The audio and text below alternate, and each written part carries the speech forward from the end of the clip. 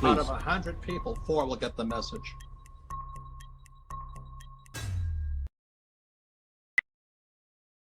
The super cycle has returned. Now, if you've been watching my videos for a while now, you know that I love to look at cycles. Everything in life comes down to getting the timing right, and studying cycles helps us to spot the trends and then to ride the waves. And for the last 8 to 10 months, I've been talking about one of the biggest trends that's beginning to shift, and of course what to do about it. And it's only getting bigger, and now it's formed what is being called the super cycle. So in this video, I'm going to break down what this super cycle is. We're going to look at the last 4 times we've seen this over the last 100 years. We're going to break down what's driving it, what assets are moving because of it, and a few ways that you can position yourself to profit from this as it continues to unfold over the next decade. So let's go.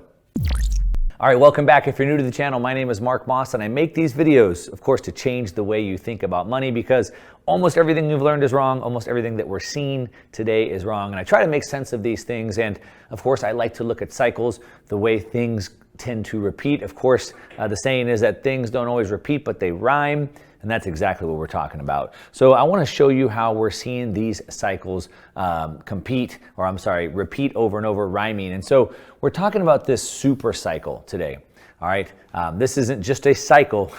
It's a super cycle. It's a big one. There's only been 4 in the last 100 years. Let's take a look at that. So we're talking about the commodity super cycle. Of course, I've been talking about this for several months now, so you should be caught up, but I haven't shown you this data yet. And so the commodities, of course, we're talking about real things: oil, food, base metals, agricultural products, real things, real tangible things. I talk about all the time, money isn't wealth. Money measures wealth. Money helps us acquire wealth. Wealth is real goods, things that we need to survive, like food, like energy.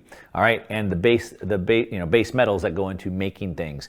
Now, there's been 4 great cycles over the last 100 years that have been amazing if you've been able to catch that wave and ride that trend, and that's what we're going to take a look at. Now, we can see that these cycles are tied to transformational periods. So these are periods of time where the whole world changes, and that's exactly what's caused them, and exactly what we're taking a look at. Now, we can see this here.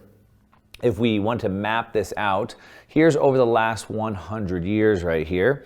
And so starting at 1900, we can see how these cycles move. Obviously, some get much higher and some get lower than the next, but they tend to start growing, as you can see. So we can kind of map that out like this. Now, what's important to understand is that each one tend to have extended periods due to something called the SD imbalance. You know what that is? I talk about it all the time. SD, supply and demand. When there's an imbalance in supply and demand, there's an oversupply, or there's too much demand, there's an imbalance one way. Now, typically these super cycles, these commodity super cycles, we're going to break it down more, don't worry about it, last about 10 plus years. And so I've been talking about this for about 8 or 10 months now. I've done multiple videos on this. You haven't missed it. It's not too late. They typically last about 10 years. And of course, like I said, the cycle is here right now. So let's break this down a little bit for you. All right. So like I said, there's been 4 previous cycles in the last 100 years. And I have them mapped here. 1910, this is when the industrialization of the United States happened. So we had the oil boom in 1908. We had automobiles, then we had mass production, and then the United States started to become industrialized. This created a massive boom for commodities. We needed metal, we needed gold, we needed oil, we needed all those parts, aluminum, steel, etc., to industrialize, to build up the United States. Then we saw about 20 years later, look at the time frames of these cycles, about 20 years later, we had the rearmament before World War II. So World War I happened, created a massive supply imbalance where we used up a lot of the equipment. And then we had World War II, we had to rearm. So we had to build all that back out again. A lot of economists have talked about how war is good for the economy because it puts so many people to work, and it really drove this period where we had to rebuild everything before World War II. Then 1960, this time's about 30 years, 30 years, reindustrialization in Europe after World War II. So in World War II, Europe got bombed, everything got destroyed, and it had to be reindustrialized. And again, we saw a massive boom in commodities. We had way too much demand because we needed to rebuild while we didn't have enough supply. We saw that again in 2000. There was the industrialization of the BRIC nations. BRIC stands for Brazil, Russia, India, and China. Emerging markets, if you will. And so we've seen them starting to industrialize. Of course, China, we've talked about that extensively. They've built giant cities and roads and bridges to nowhere. They've taken a huge amount of the supplies, the commodities, concrete, glass, steel, things like that to build that out. And if we look at this over these 4 periods in a chart here, we can see them mapped out. Now, they started a little smaller, but you can see how they start to swing more and more and more. Now, this chart ends here in 2018, and we got down to about here, and now it's just gonna start going straight up here. So you can see the way this kind of moves through, but as the world becomes more globalized, as there's more and more demand for these commodities. Now remember, commodities have a finite amount. Now sure, we can get more of them out, but it takes more resources, unlike money that we can just print unlimited amounts of.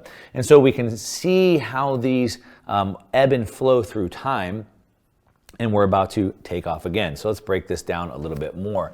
I talked about the S and D imbalance. Of course, I'm talking about supply and demand.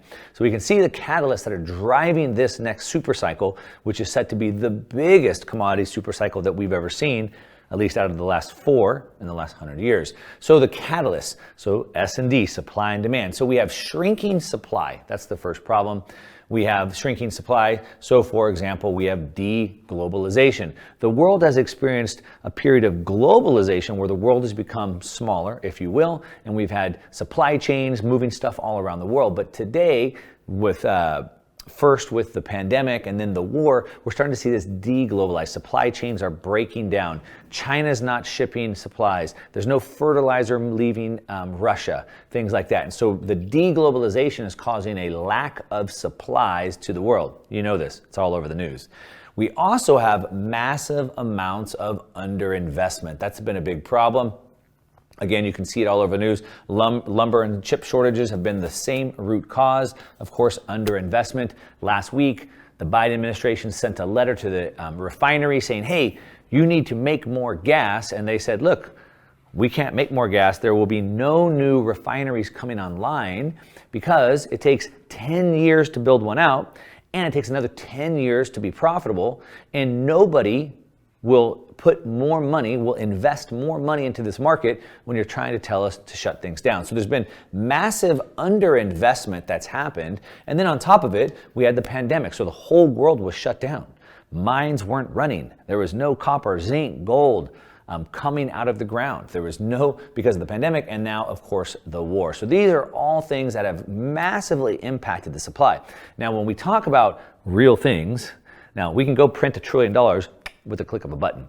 But to get real things out of the ground like copper, zinc, lithium, aluminum, steel, etc., especially when it comes to oil, natural gas, it could take 3 years, 5 years, 7 years, or in the case of the refinery, a decade before that comes online. So when you stop investing into those sectors and then you decide, oh shoot, we have a problem, we don't have enough supply, you don't just get it back like that. It takes years and years to come back from it. We can see some of this underinvestment, undersupply in some charts right here. So here we have copper, and you can see how the amount of copper has just been going down and down and down. There has been no new discoveries. The bright blue is the part that's been showing up the amount of new copper in major discoveries. And as you can see, there's hardly any blue right here.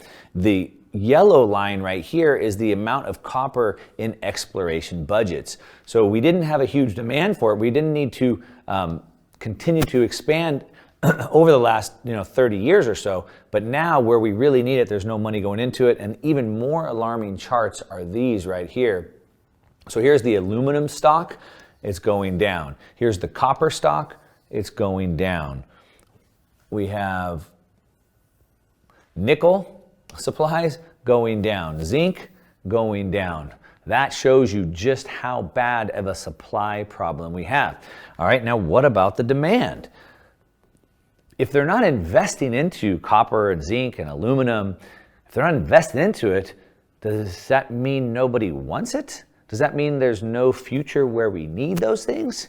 Because you would think if we actually need those things in the future, people would be investing in them today, but that doesn't appear to be the case. Let's take a look at this. So catalyst, we have a rising demand. What is causing the demand for more of these things, and why the heck aren't we investing into them? Well, we have the green agenda, of course. The green agenda wants to reimagine the entire world. They want to put solar panels and windmills across the entire world. They want to build solar or EV charging stations across the whole world. In order to do that, we need lots of copper and steel and lithium and cobalt and all of those things. Of course, we can see the rise of electric vehicles. Here we are in 2022. And they're expecting electric vehicles to go up like this, which means we need a lot more of these commodities that, of course, we're not investing into. We can also see here, this is the copper, the amount of copper that we're going to need. Again, we are right here, and we're going to need way more copper over the next couple years. We're also going to need a lot more nickel. As you can see, we're right here. So nickel is expected to go up. Copper is expected to go up. The EV boom is expected to go up, but yet we're not investing into these things. So you see what I'm talking about, the imbalance between supply and demand. We also have massive amounts of high inflation or debasement. So when they print more money, your existing money loses value. And what happens is when they're printing trillions of dollars, when they're printing unlimited amounts of fake fiat currency, people want to go buy real hard things. They can't print more gold or nickel or silver or oil. They can't print more of that. And so people will be fleeing this fake counterfeit money and going to these commodities. Now, how do we position ourselves for this? All right, now I've talked about this in many videos. You've been hopefully paying attention and catching on. There's a few ways to do it. Of course, you can buy an ETF. An ETF is a basket that could cover a bunch of commodities, or we can do more direct plays. You can buy copper directly. You can buy gold directly. You can buy oil futures contracts directly. Of course, like I said, I've been talking about this quite a bit. So there's ways you can do that. Here's a list. You can just easily search like metal and mining ETF list, and here you can see a bunch of ETFs, and so you can kind of DYOR, do your own research on that. Here's the one that I've been talking about for a long time. We've been doing really, really good on. Here since 2016, you can see it took a dip into March of 2020, but look how high it is. It's still sitting at all-time highs. We're up about 80% on this since we've been talking about it. Now, gold, Bitcoin, Shopify, Tesla, you name it, they're all down. But here we are on the commodities index still at an all-time high at the time when most of the markets are getting absolutely crushed. This is what we talk about, this rotation out of most growth stocks and into commodities like this. Now, for some of you guys, you want a little bit more leverage. I get it. 6% a year, 8% a year, 20% a year isn't even exciting. So if some people want to use a little more leverage, now you can do that using options. Of course, you can do like oil futures. Do you think oil is going to be cheaper or more expensive in the future? Do you think it'll be worth be more than $200 a barrel? You can do option contracts that'll be worth $200 in the future. You can do those at 3 months, 4 months, 6 months, 12 months out.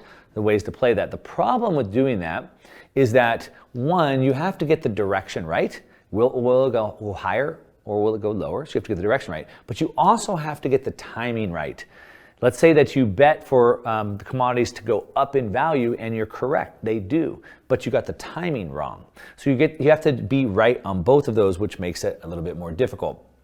So let me show you a way that you could sort of do a leverage play without having the risk of the time frame and open market liquidity. Now, quick disclaimer for you, really quick.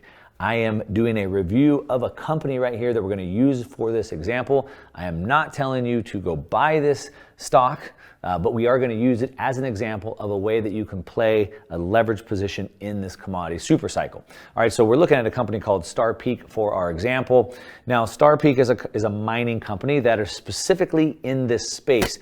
They've discovered a VMS deposit. So what is that? It stands for volcanogenic massive sulfide.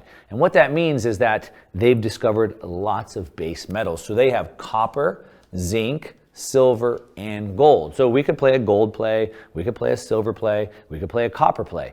Or you have a position like this that has a VMS deposit that has all of those minerals as one. So maybe gold does really good. I think it will. Silver could do good. I think copper could do good. I think zinc could do good. They could all do good at different times, or you can have one play that gets them all. Now, these are pretty rare. There's only about 350 VMS deposits in all of Canada, and Star Peak has found one. They've been drilling into this new land, looking for these mineral deposits, and so far they've found 9 out of their 10 holes. A 90% ratio has been able to hit these minerals, which is, again, crazy numbers. 1 out of 10 is a pretty good number. 9 out of 10 is insane. Now, you can apply this or play this sort of like a non-expiring call option. So we talked about the options before. I could say, hey, in 6 months, oil will be more. In 6 months, copper, zinc, gold will be more. The problem is those expire. So even if we're right on the direction, they expire. Or you could buy a company like this that gives you massive leverage. A miner gives you massive leverage because of what they have in the ground. And it doesn't expire. You're just playing the direction that'll go up, but without having to put a time frame on that. Now, Star Peak is in Canada, which is a very good mining district, and they are positioned right in the middle of some of the best deposits in the world. We're gonna take a look at that. All right, it's also sort of like an insider play. Now, not insider trading. This is the closest you can get to like an insider play without having insider trading, because that's a problem. But what I mean by insider play, well, right now, about 40% of the company is owned by the managers. So you're always looking for a company where the owners, where the management have skin in the game, right? Incentives, I talk about that all the time. You wanna make sure that our incentives are aligned. We both have skin in the game. Now, the management is not selling. All right, it's at a massive discounted valuation. Of course, the mining sector has been pretty decimated. So it's down about 75% from its peak, which I'm not into catching falling knives, but I do like to buy things when they're cheap and when they're on sale. And so what you're trying to do is try to find once the trend has bottomed and it's already starting to go back up. I've been talking about this trend, this commodities boom for 6, 8, 10 months now. The trend is developed. The bottom could be in, and it could be a good time to get it at a discount. Now, a neighboring company, Amex, it soared over 10x. So Amex Exploration discovered massive deposits, and you can see that Star Peak sits right next to where the Amex Exploration is. So it's right in the middle of all these really good fields. So success leaves clues. If they found huge deposits right here, then chances are we could find really big deposits here. And that's exactly what the results have been showing. Like I said, 9 out of 10 holes have hit. On top of that, if there's one name that you probably have heard of in the mining, in the natural resource space, it's of course Eric Sprott.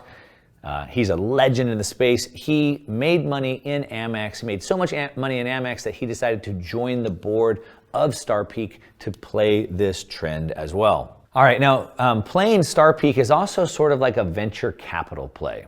All right, so venture capital, we can get in very early into some companies that could have explosive growth, and then you play and wait them out. Hopefully, whatever product they're designing gets a good market fit, the market likes it and rewards it for that, and that's sort of kind of what you could look at this as well. You know, it is a exploration company. They're exploring and they're getting good results. But in order for us to make this 10x return that we're hopefully going to be able to make, then we need them to have more success and eventually be a target of a merger and acquisition. We call that M&A. And so we can kind of have a venture opportunity where if this hits and if the market values it and wants to buy this company, we make a 10x return. All right, now, when you're in typical venture capital, you're buying companies that are illiquid.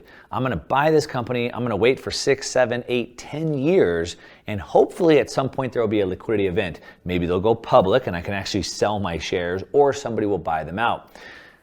It's not the best position to be in when the markets are uncertain like they are today. So we get sort of like a venture opportunity upside, but we get it with liquidity today, which means it's already being publicly traded. So we can get in and out of the position if we want. Now, I do think this is going to be a M&A target, a mergers and acquisition target, because as I said, this space is massively underinvested. And so as we need more copper and zinc, as I showed you, the supplies are dwindling very fast. What happens is the majors that have been underinvesting will need to come and acquire the small explorers. That's the way the entire play works. And so it could be a good M&A target. Now, we have an advantage over a strategic buyer. So let's say that a bigger company wanted to come buy them. and they would come and say, hey, we want to buy you out at the price you're at today. Well, the 40% management-owned company would say, we're not selling you at this discounted price that we're at today. The market has undervalued us, and we're going to be coming up over time. So the potential buyer could say, okay, fine, then I'll go buy you on the public markets because your stock's public.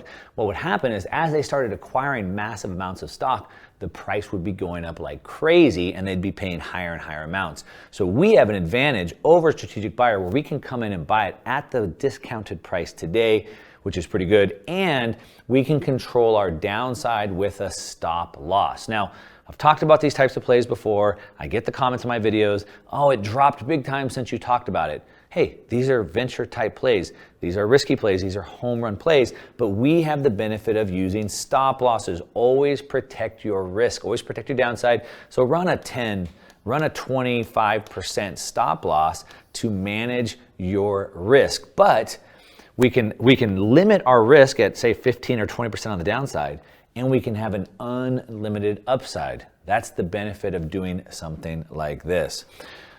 All right, now the world's changed, all right?